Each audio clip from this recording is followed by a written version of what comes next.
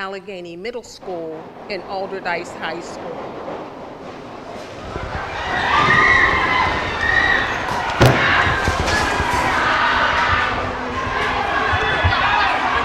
It was a bleak Friday afternoon in Pittsburgh. During the funeral of John Hornizes Jr., a 20-year-old who had passed away 2 weeks prior, a sudden burst of gunfire erupted.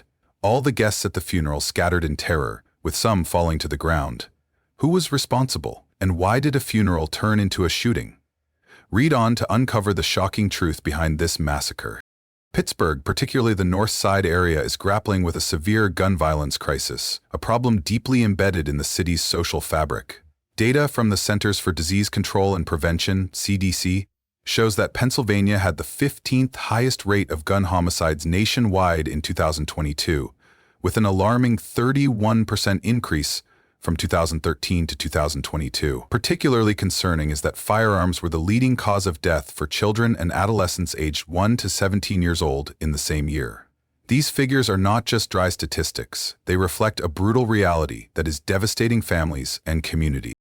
Within Allegheny County, where Pittsburgh is located, gun violence has become the leading cause of premature death. From 2016 to 2021, the county recorded 643 homicides, with a 27% increase in just the last 3 years. A staggering 86% of these homicides were committed with firearms, a number that rose to 90% in 2022. Notably, 66% of the victims were black males between the ages of 18 and 34. Although this demographic makes up only 2% of the state's population, they accounted for 45% of all firearm deaths in 2022. Homicides are often concentrated in specific areas such as East Hills, Homewood, Larimer, Lincoln-Leamington, and Upper North Side, indicating a concentration of violence in heavily impacted neighborhoods. The majority of these homicides resulted from street violence, with 71% stemming from disputes and 21% linked to drugs. These data paint a clear picture of a community systematically ravaged by violence. The high increase rates, the concentration on specific demographics and areas, along with the causes of violence, disputes, drugs, suggest that these are not random incidents, but rather manifestations of deeper societal problems. Gun violence here is not merely criminal behavior, but a symptom of profound social trauma, rooted in historical factors and inequalities formed over decades of unfulfilled promises, persistent underinvestment, and community fragmentation. Urban renewal projects from the 1960s have left socioeconomic scars that remain unhealed, contributing to an environment where violence can easily escalate. On the evening of Saturday, October 15, 2022, a horrific shooting occurred in Pittsburgh's North Side, near a convenience store and Sunoco gas station on Cedar Avenue. This incident claimed the lives of 3 people and injured 1 other. The victims of the October 15th shooting included John Hornizes Jr., 20 years old. John was a young man and the father of an 8-month-old child. He was one of 3 fatalities in this shooting. Police believe he also played a role in the shootout, with a gun found near him at the scene. His mother, Tamika Hornizes, shared her family's grief and loss, describing her son as having a gentle spirit and never hurting anyone, asserting that he was a victim that day. Betty J. Averett, 59 years old, identified as an innocent bystander waiting for a bus when she was hit by gunfire. Her family remembered Betty Jean for her larger-than-life personality and kindness. Her daughter, LaRonda Averett, shared, "My mother was everything. She was a sweet person." Another relative added, "Anything you want, if she could help, she would help. She got along with everybody." She was also a fashion enthusiast. Jacqueline C. Mihalik, 33-year-old woman from Muncie, also an innocent bystander waiting for the bus with Betty J. Averett. She had just moved to Pittsburgh that summer, was engaged, and worked at a manufacturing company. Her mother painfully shared her loss. "She won't be in my world for the rest of my life and her kids' lives. That horrifies me because she was my best friend." Jacqueline was described as an amazing person who would give you the shirt off her back, caring for everyone, loving everyone. She had 4 young children, aged 8, 7, 2.5, and 11 months old, whom her mother now cares for. After a mass shooting outside a Pittsburgh funeral, AGH president and critical care physician Dr. Amran Quatter briefed reporters on the 5 shooting victims being treated here. He says 4 are in stable condition, 1 in critical condition, and is still undergoing surgery. Police initially described the shooting as a coordinated attack stemming from gang activity. However, they later revised their assessment, suggesting it was a dispute between loosely affiliated groups rather than traditional gangs. These groups, such as the Brighton Place Crips and a hybrid group called the Commons, often have feuds originating from social media arguments that escalate into real-world violence. The police's adjustment of the description from gang activity to loosely affiliated groups indicates a shift in the nature of urban violence. It is no longer traditional organized crime structures with clear territories, but rather small, fluid groups with personal feuds or minor disputes, often stemming from social media. This fluidity means that conflicts are not confined to certain territories, but can erupt anytime, anywhere, dragging innocent people like Betty J., Avery Tit, and Jacqueline C. Mihelic into the deadly spiral. The role of social media in inciting and escalating personal disputes into physical violence is a significant factor, making incidents more unpredictable and harder to control.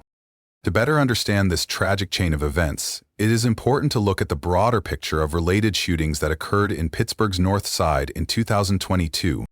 On August 7, 2022, a deadly shooting occurred in Brighton Place, North Side, claiming the life of Stephanie Drayton and injuring 3 others. Notably, Hezekiah Nixon's gun was used in this incident and was later linked to the funeral shooting. Just over 2 months later, on October 15, 2022, a triple homicide occurred at the gas station on Cedar Avenue, North Side. The deceased victims included John Hornizes Jr., Betty J. Averett, and Jacqueline C. Mihelic, along with 1 injured person. Hornizes Jr.'s death subsequently led to the funeral shooting. About 2 weeks later, on October 28, 2022, a serious shooting occurred at the Destiny of Faith Church in Brighton Heights during John Hornizes Jr.'s funeral. Although there were no fatalities on the scene, 6 people and 1 horse were injured. This incident is believed to be related to the previous shootings, indicating a complex chain of violent events. Following the tragic death of John Hornizes Jr. in the October 15th shooting, his family and friends gathered at the Destiny of Faith Church in the Brighton Heights neighborhood for his funeral on Friday afternoon, October 28, 2022. This was a sorrowful moment where the community sought comfort and bade farewell to the deceased, a sacred ritual that required peace for everyone to remember and mourn. Due to fears of potential retaliation after the October 15th shooting, a request for police presence was sent to the Destiny of Faith Church. The pastor and founder of the church directly asked for law enforcement to be present to ensure the security of this important event, recognizing the underlying tensions in the community. However, this crucial request was not fulfilled. 2 police officers, Thomas Potts and Dalton Daly, assigned to protect the funeral, instead drove to McKees Rocks to retrieve uniform pants. Although their superiors called them back to handle paperwork, the details of the funeral assignment were not mentioned or prioritized. Pittsburgh police later admitted that their absence was completely unacceptable and initiated an internal investigation. However, after arbitration with the police union, the initial discipline, a 5-day suspension, was reduced to a verbal reprimand for both officers, citing that the funeral assignment was not a high priority. This decision was upheld by the Court of Common Pleas and the Pennsylvania Commonwealth Court, sparking considerable controversy regarding accountability. The police's failure to meet the security request at the funeral was not merely a professional oversight, but also a manifestation of broken trust between the police and the community, especially in the context of escalating violence. The lenient discipline, just a verbal reprimand for such a serious oversight, after multiple people were injured, indicates a deeper problem with accountability and priorities within the law enforcement system. This could inadvertently encourage the cycle of violence to continue when the community feels unprotected and trust in authorities erodes. Mayor Ed Gainey warned about this, stating, "We cannot expect to gain community trust if we don't answer the call." This incident highlights the gaps in law enforcement's management and response to high-risk situations, particularly when feuds between groups can erupt at any moment. While the funeral was underway, 2 young men, Sean Davis, 19, from McKees Rocks, and Hezekiah Nixon, 17, from Pittsburgh, appeared near the church. Security cameras from neighboring businesses captured images of their dark Hyundai Elantra in the area. Video showed Davis and Nixon scouting the church for about 20 to 30 minutes before the shooting occurred. They were seen dressed in black with their faces covered, and at one point one of them held a gun while the other concealed something under his clothing. After scouting, they left, only to return 24 minutes later, just as the funeral seemed to be concluding. This return signaled a clear and cold intent, building extreme tension before the outbreak of violence. At approximately 12 o'clock and 4 minutes in the afternoon, the peace was shattered. Gunshots rang out. Rapidly, a total of 23 shots were fired outside the Destiny of Faith Church. The shot spotter system recorded 5 initial shots, followed by 15 more in the area. The scene quickly turned into chaos. Security camera footage showed 2 shooters, dressed in black and with their faces covered, approaching the church through a nearby lawn. As they began firing, about 10 people outside the building rushed to flee, seeking cover. One of the shooters even pursued a man who appeared to have been hit, continuing to fire repeatedly as the victim tried to escape. Inside the church, though no sound was recorded, the video clearly captured the moment attendees heard gunshots outside. Dozens of people began to scramble, ducking under pews, seeking shelter, and fleeing the sanctuary. Chaos spread, with screams and panic replacing prayers. The attack left at least 6 people injured. One victim was hit by 13 bullets and taken to the hospital in critical condition. 4 other victims sustained injuries primarily to their arms and legs. A 6th person was injured while trying to flee the scene, but was not shot. Tragically, even a horse pulling the hearse was hit by shrapnel in its right hind leg. This attack highlights the disparity between the initial intent and the actual consequences. While it may have been a targeted attack on a specific individual or group, the indiscriminate shooting at a funeral turned innocent people into victims. It demonstrates a callous disregard for human life, especially when such violent acts occur in a sacred place, showing a blatant disrespect for basic societal values. Immediately after the shooting, shock and outrage spread throughout Pittsburgh. Paige Davis, John Hornez Jr.'s godmother, who was inside the church when the shots rang out, expressed profound grief and called on the perpetrators to repent. Another witness told Channel 11 News that the shooting was senseless and emphasized the need to end the violence, urging love, communication, and reason among people. Pittsburgh Mayor Ed Gainey quickly spoke out, describing it as one of the most devastating days of my life. He called on those who were hurt not to retaliate and to share information with authorities. He stressed the importance of strong police-community relations, asserting that we cannot expect to gain community trust if we don't answer the call. This appeal reflects deep concern about the erosion of trust in law enforcement when events like these occur. Investigators quickly got to work. Within hours, Pittsburgh police identified suspects thanks to extensive surveillance camera systems. 5 angles from security cameras near and at the church provided a composite video lasting 4 minutes and 28 seconds, playing a crucial role in solving the case. This video clearly showed the sequence of events, from the suspects scouting the area to the moment they opened fire and fled. From the video, investigators recorded the license plate number of a dark Hyundai Elantra leaving the scene. This vehicle was registered to Sean Davis at an address in McKees Rocks. At approximately 6 o'clock that evening, police located the car in an alley near Davis's home in McKees Rocks and began surveillance. About 40 minutes later, Davis and Nixon returned to the car and drove off. A traffic stop was initiated on the McKees Rocks Bridge.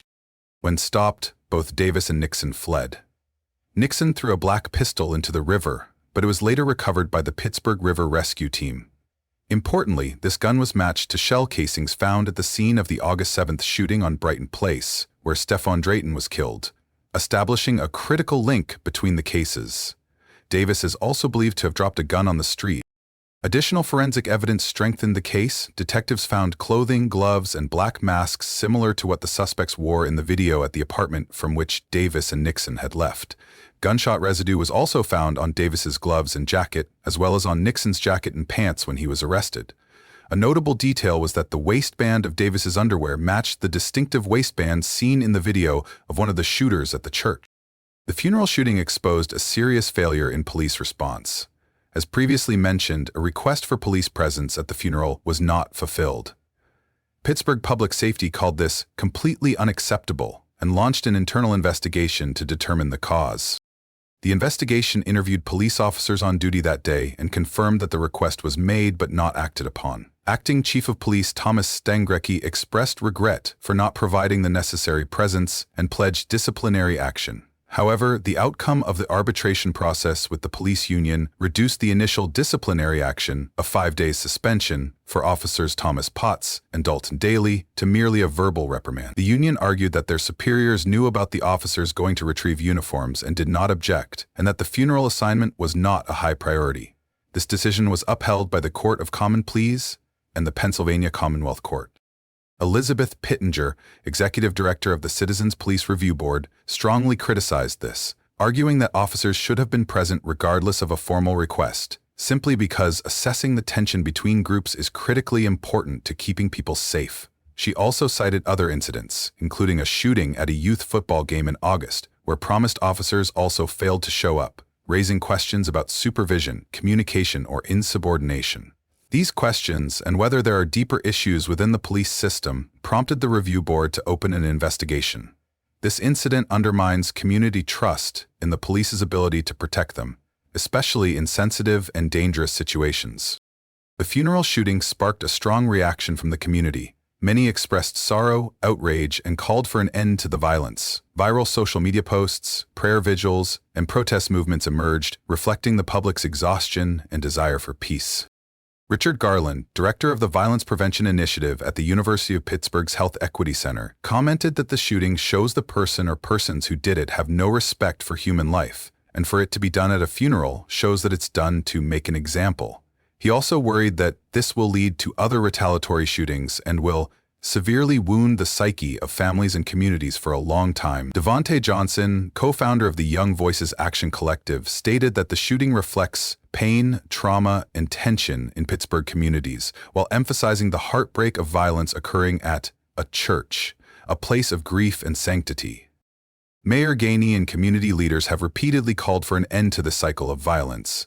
They acknowledge that group violence stems from historical factors, particularly the legacy of previous generations who glorified violence in popular culture. Current youth groups are merely inheriting what we left for them. Unlike traditional gangs, these groups are fluid and can operate in various neighborhoods not bound by geographical territory, making violence control more complex. Charges in preliminary hearing, Sean Davis, 19, from McKees Rocks, and Hezekiah Nixon, 16, from Pittsburgh, were charged on October 29, 2022. The charges against them were very serious, including Sean Davis, 1 count of criminal conspiracy to commit homicide, 1 count of aggravated assault, 4 counts of aggravated assault, 1 count of reckless endangerment of another person, 2 counts of carrying a firearm without a license, 2 counts of persons not to possess a firearm, and 1 count of aggravated cruelty to animals. Davis's criminal record also shows he pleaded guilty to aggravated assault in 2020. Hezekiah Nixon, 1 count of criminal conspiracy to commit homicide, 1 count of aggravated assault, 4 counts of aggravated assault, 1 count of reckless endangerment of another person, 1 count of carrying a firearm without a license, 1 count of possession of a firearm by a minor, 1 count of tampering with physical evidence, and 1 count of aggravated cruelty to animals. Nixon's disposal of the gun into the river after the shooting was documented in court records. At a preliminary hearing lasting nearly 4 hours, all charges against Davis and Nixon were forwarded to the Court of Common Pleas. The hearing was held at the Allegheny County Courthouse for increased security. Prosecutors presented detailed evidence collected by Pittsburgh police, including crucial surveillance video showing the suspects scouting the church and then opening fire. Police officers testified about the investigation, from tracking the Hyundai Elantra to arresting the suspects on the McKees Rocks Bridge and recovering the discarded gun. Defense attorneys for both suspects argued that there was insufficient evidence to take the case to trial, citing the lack of direct identification of their clients as the shooters and the commonality of certain clothing items. Nixon's attorney, Casey White, asserted that there's no evidence that Hezekiah Nixon was the shooter at the church that day, and that the surveillance video could not identify the individual. However, Assistant District Attorney Emma Schodel countered that the evidence was strong and abundant, showing Davis and Nixon arriving together, scouting the church, and then firing together and fleeing, demonstrating clear intent to kill. The judge ruled that the district attorney's office had met the burden of proof for the case to proceed to trial. Complexity of the case. This case is complex not only in terms of evidence, but also in the nature of the suspects and their connections to other acts of violence. Beating minors as adults. Hezekiah Nixon at 16 is facing serious charges such as criminal conspiracy to commit homicide and aggravated assault, alongside Sean Davis, 19, a minor being charged and tried with adults in such a serious criminal case, highlights the severe nature of the conduct and the legal system's decision to treat them as adults, raising questions about juvenile criminal responsibility and its long-term impact.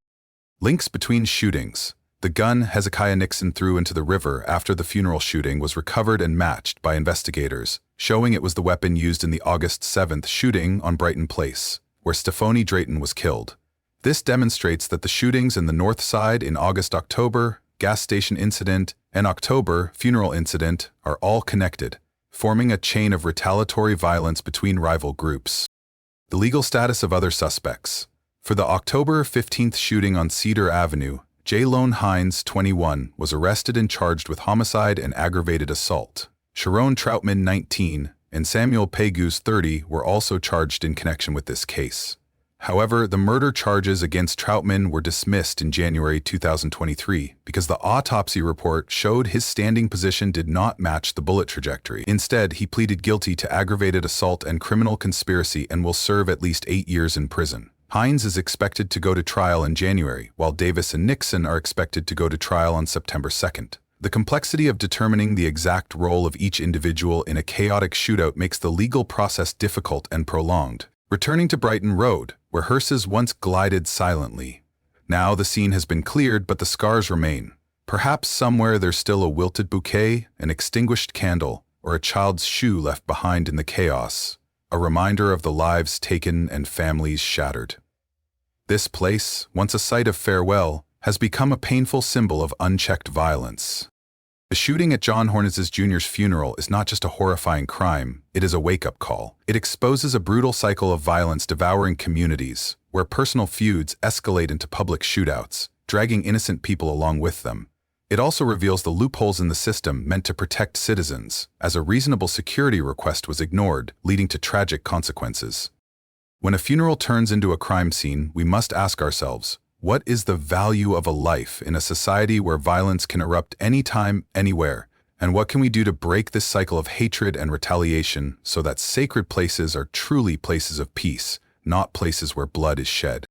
Let us remember the victims of gun violence in Pittsburgh and around the world. Their stories are a powerful reminder of the need for peace, understanding, and accountability. If you are interested in true crime stories and want to delve deeper into cases, subscribe to our channel so you don't miss the next episodes.